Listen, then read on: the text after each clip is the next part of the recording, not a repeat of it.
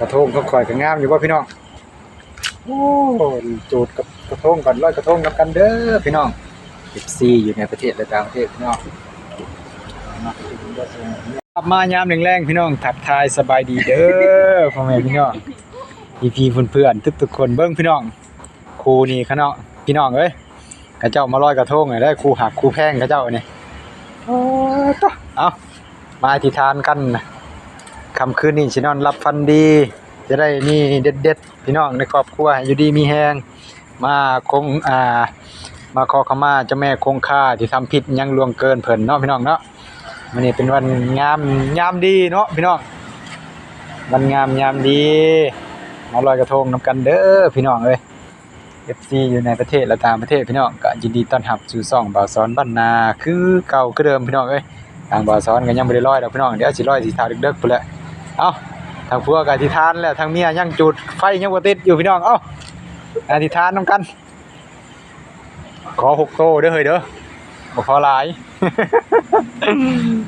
บ่หยอกบ่ม่วนไปซื่อเด้อพี่น้องเอ้ยอย่าไปเครียดไปคำมันเอ้ามาเบิ่งนำกันพี่น้องมาสิไปนำกันอยู่บ่กระทงกับเจ้านี่เอาลอยมาผัวก็ลอยก้มหัวลงไปเอาระวังตกน้ำเด้อเท้าเอ้ยตกน้ำนี่ก็พอแห้งแล้วนี่บ่ได้อ๋อมาผัวไปก่อนนะทางผัวก็ไปก่อนแล้วไปแบบบ่ถามเมียแล้วทางผัวก็ได้เอ้าโอ้ไฟมันดับเลยทางผัวก็ได้ไฟดับหมดแล้วโอ้กระทงช่อง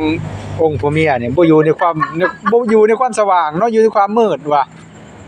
ตาที่เบิ่งนี่ได้เอ้าพี่น้องผู้ไปแล้วผู้แต่บ่อยู่ในความสว่างอยู่ในความมืดโอ้นี่กระทงก่อนลอยกระทงก่อนโอ้ย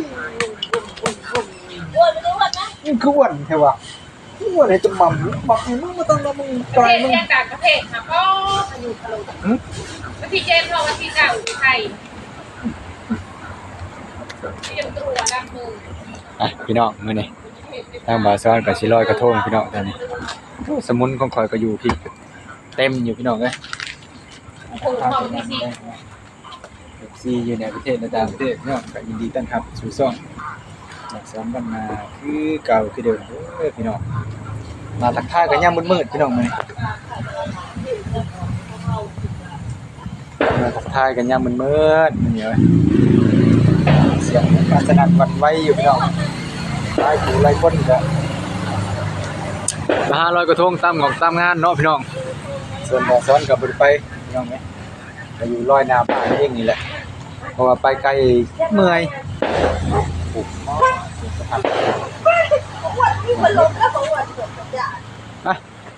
มาลอยกระทงนำกันพี่น้องมามื้อนี้5คู่ลอยกระทง5คู่ก่อนมื้อนี้พี่น้องกระทงก็ค่อยก็งามอยู่ว่าพี่น้องโอ้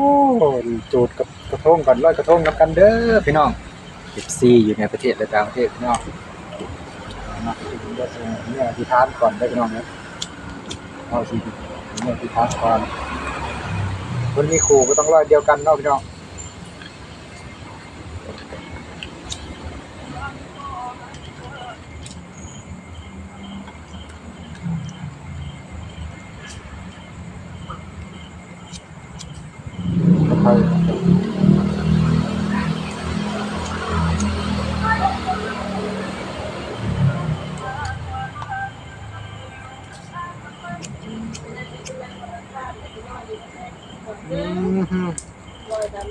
ไฟก็สิเบิด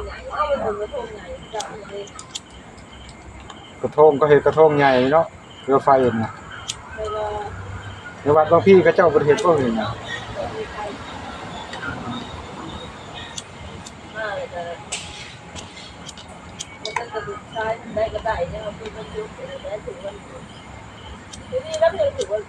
เอาก็เพียงขีดได้อยู่ใช่ผม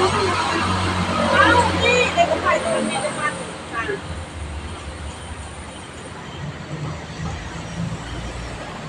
ที่จะคนจะสูงแบบค่อยขึ้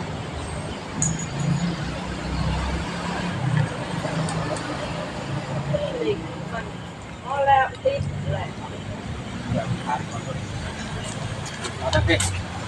มาทั้งพี่ไป เดี๋ยวไปทำไปใช้ได้ก่อน มาอยู่ดิ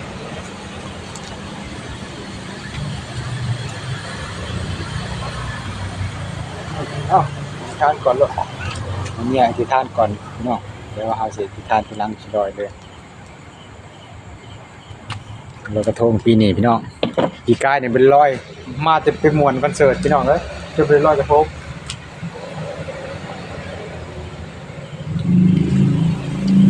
เสียงรถเสียงล่าก็สนั่นหวั่นไหวอยู่ค่ำๆแรงๆพี่น้องสิอยู่มื้อนี้เด้อพี่น้องเอ้ยแสงไฟก็บ่ค่อยได้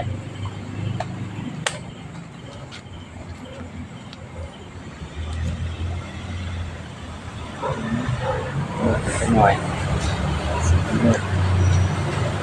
ถ่ายกันยามแรงลอยกระทงนำกันพี่น้องมาขอขมาเจ้าแม่คงคาที่เอาทิ่มลงน้ำลงในไปพี่น้องเอาดอกขอขมาไปนี่พี่น้อง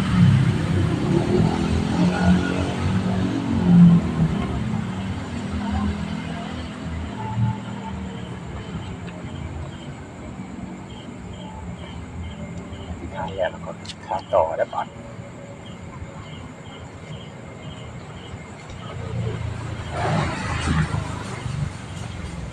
ไปวำๆเลยบาดเอ้ย